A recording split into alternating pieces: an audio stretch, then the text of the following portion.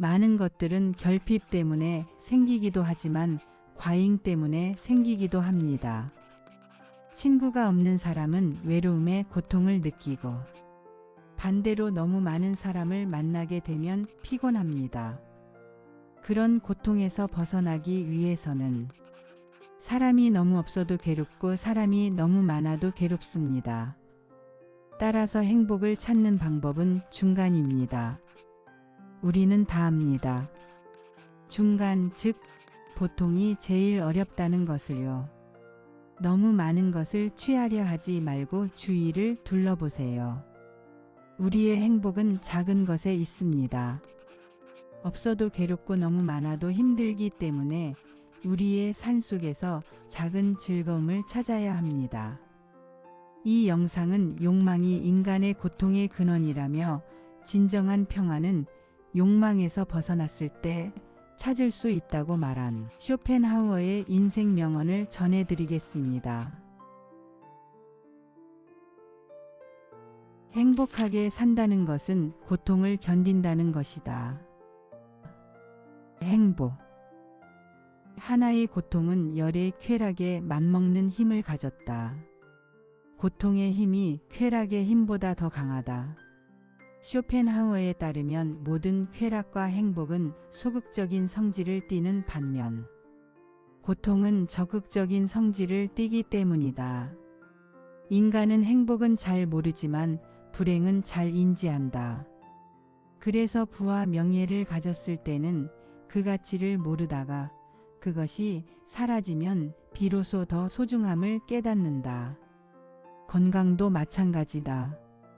우리는 건강은 잘 느끼지 못하지만 고통은 잘 알아차린다.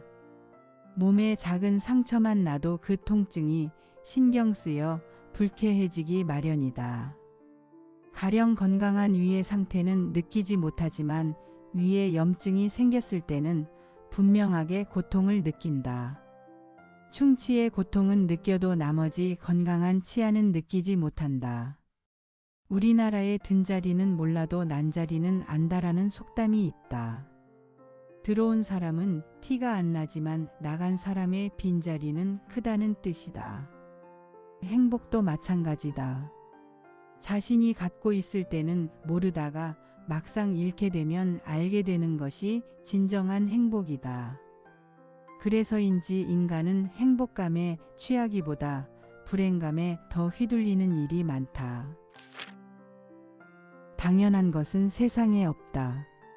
행복은 꿈이지만 고통은 현실이다. 쇼펜하우어의 행복론은 쾌락의 적극적인 추구가 아니라 고통의 감소 또는 결핍 지향이라는 소극적인 입장이다.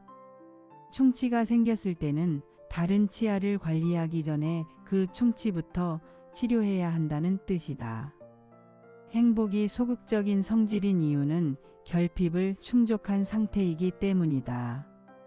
그래서 결핍을 지향하는 것 이상으로 행복할 수는 없다. 많은 장애물을 넘어선다고 해도 원래 있는 것과 같다. 반대로 고통이 적극적인 이유는 소유물이나 건강처럼 우리가 늘 당연하게 여기는 것들은 갖고 있을 때는 모르다가 잃고 나서야 그 가치를 절실하게 느끼기 때문이다. 따라서 영원히 지속하는 행복은 있을 수 없다. 다만 상실 이후의 회복으로 순간의 행복이 있을 뿐이다. 쇼펜하우어는 아리스토텔레스의 명제를 살아가는데 최고의 지혜이자 원칙으로 들었다. 현자는 쾌락이 아니라 고통이 없는 상태를 추구한다. 이렇듯 고통의 원인을 먼저 없애는 것이 쾌락을 찾는 것보다 더 현명하다.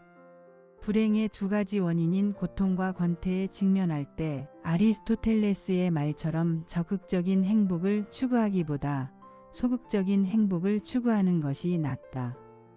쾌락과 고통은 그 자체로 존재하는 것이 아니라 인간의 생각과 관련된다.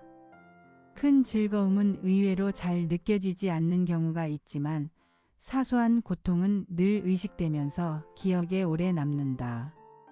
모든 일이 잘 진행되더라도 하나의 일이 꼬이면 그것에만 온 신경이 집중되어 다른 일은 잊게 되는 경우도 마찬가지다. 이렇듯 사람은 고통에는 매우 민감하면서도 쾌락에 대해서는 당연하게 여긴다. 특히 건강은 더 그렇다. 아침에 일어나서 건강한 몸의 상태는 잘 느껴지지 않는다. 상쾌한 기분, 튼튼한 위, 가벼운 발걸음에 감사하는 사람은 거의 없다. 건강은 모르고 지나가다가 질병을 얻으면 뒤늦게 소중함을 알게 된다. 위암에 걸려서야 비로소 위가 그동안 얼마나 열심히 음식물을 소화하기 위해 애썼는지 알게 된다. 재물도 잃어봐야 그 가치를 알고 인간관계도 깨져봐야 그 소중함을 안다. 이처럼 쾌락보다 고통의 지속도와 강도가 훨씬 더 강하기 때문에 쾌락을 추구하기보다는 고통을 줄이는 데 힘쓸 필요가 있다. 환상과 같은 향락을 좇지 말고 결핍, 질병, 위험 등 현실의 고통의 원인을 먼저 없애야 한다. 행복에 가까워지는 확실한 방법.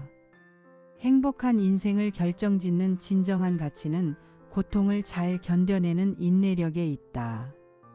세상에서 가장 큰 행복을 누리는 사람은 역설적으로 덜 불행하게 살 수 있는 용기가 있고 고통을 그럭저럭 견뎌내면서 하루하루를 묵묵히 살아가는 사람이다. 어떤 사람이 행복한지 평가하는 기준은 성공, 부, 성취, 출세가 아니라 정신적으로 육체적으로 겪는 고통의 정도다. 따라서 지금 고통이 없다면 지상에서 가장 큰 행복을 누리는 셈이다. 세상에 대해 큰 기대를 하지 않으면 무엇인가 가지려고 질주하지 않으면 괴로운 일은 막을 수 있다. 10가지의 행복을 추구하지 말고 한 가지의 고통을 피하도록 해야 된다. 소극적인 행복론의 핵심은 고통의 원인을 최소화하는 것이다. 즉, 쾌락을 적극적으로 추구할 것이 아니라 고통을 줄여나가는 것이 행복을 위한 일이다. 특히 건강에 대해서 병을 예방하는 일이 쾌락을 추구하는 일보다 더 중요한 것은 말할 필요가 없다. 마흔 이후 먼저 챙겨야 할 것들을 생각해보라. 소중함을 깨닫게 됐을 때는 이미 늦은 것이다. 함께하기와 거리 두기의 균형을 잡아야 한다. 사회란 모두 필연적으로 서로의 순응과 타협을 요구한다. 강요는 모든 사회에서 뗄 수 없이 붙어 다닌다. 모든 사회는 희생을 요구하는데 자신의 생각이 다를수록 개성이 강할수록 희생이 커진다.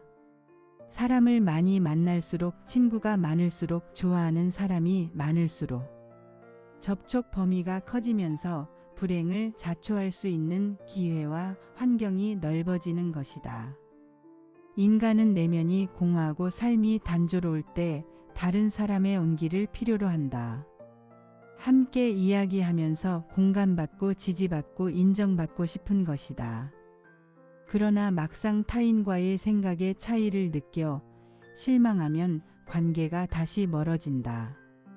이런 상황을 설명하는 고사성어와 여기에서 유래한 우리 속담이 있다. 불견상견절치.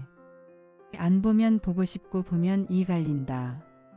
상대편을 몹시 그리워하지만 보고 나면 정이 떨어진다는 뜻이다. 그래서 인간관계에 꼭 필요한 약간 냉랭한 거리 두기를 쇼펜하우어는 정중함과 예의라고 말한다. 거리를 둘 줄 아는 현명한 사람은 비록 따뜻함의 욕망은 충분히 충족되지 않지만 가시 찔리는 최악의 상황을 피할 수 있다. 쇼펜하우어는 인간 사회를 불에 비유했다. 현명한 사람은 적절한 거리를 두고 불을 쬐지만 어리석은 자는 불에 손을 집어넣고 화상을 입고는 고독이라는 차가운 곳으로 도망쳐 불이 타고 있다고 탄식한다. 마음이 춥다고 느껴 타인의 온기를 필요로 하는 사람은 내면의 공허의식의 빈약, 정신의 빈곤 때문에 자신과 같은 부류의 사람들과 어울리려고 한다.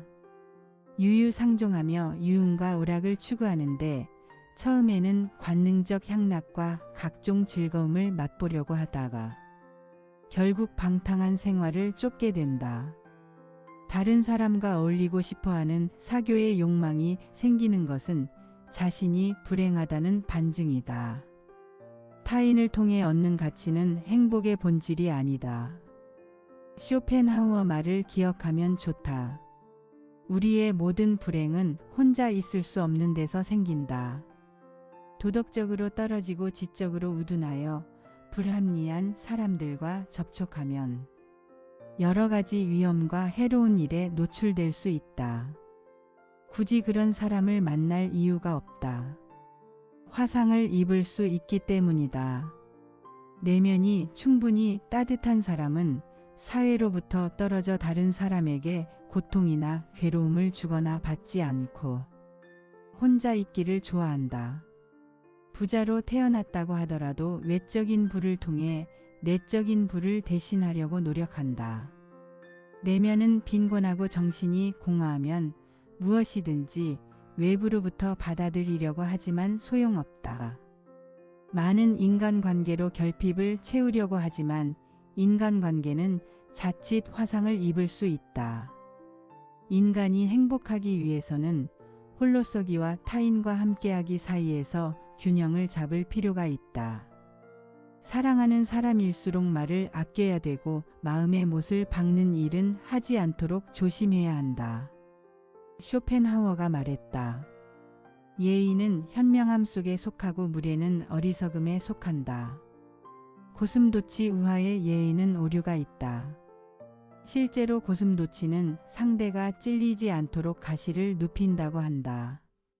다른 고슴도치가 가까이 접근할 수 있도록 배려를 할 줄 알며 체온을 유지하기 위해서 바늘이 없는 머리를 맞대며 추위를 이겨낸다고 한다. 이런 과학적 사실을 몰랐지만 쇼펜하우어가 우리가 타인에게 상처를 주지 않고 배려하는 마음을 고슴도치에게 배워야 할 덕목으로 본 것은 의미가 있다. 너무 지나친 사랑과 관심 또한 상처가 될 수 있으므로 약간의 무관심과 냉정함을 통한 적당한 거리두기라는 현명한 방법을 통해 서로의 온기를 적당히 보존할 수 있을 것이다. 내면이 공허하고 의식이 빈약하고 정신이 빈곤한 사람은 자신과 같은 무리의 사람들과 어울리려고 한다. 오늘 소개한 책은 마음의 위기를 다스리는 철학수어 마흔에 읽는 쇼펜하우어입니다.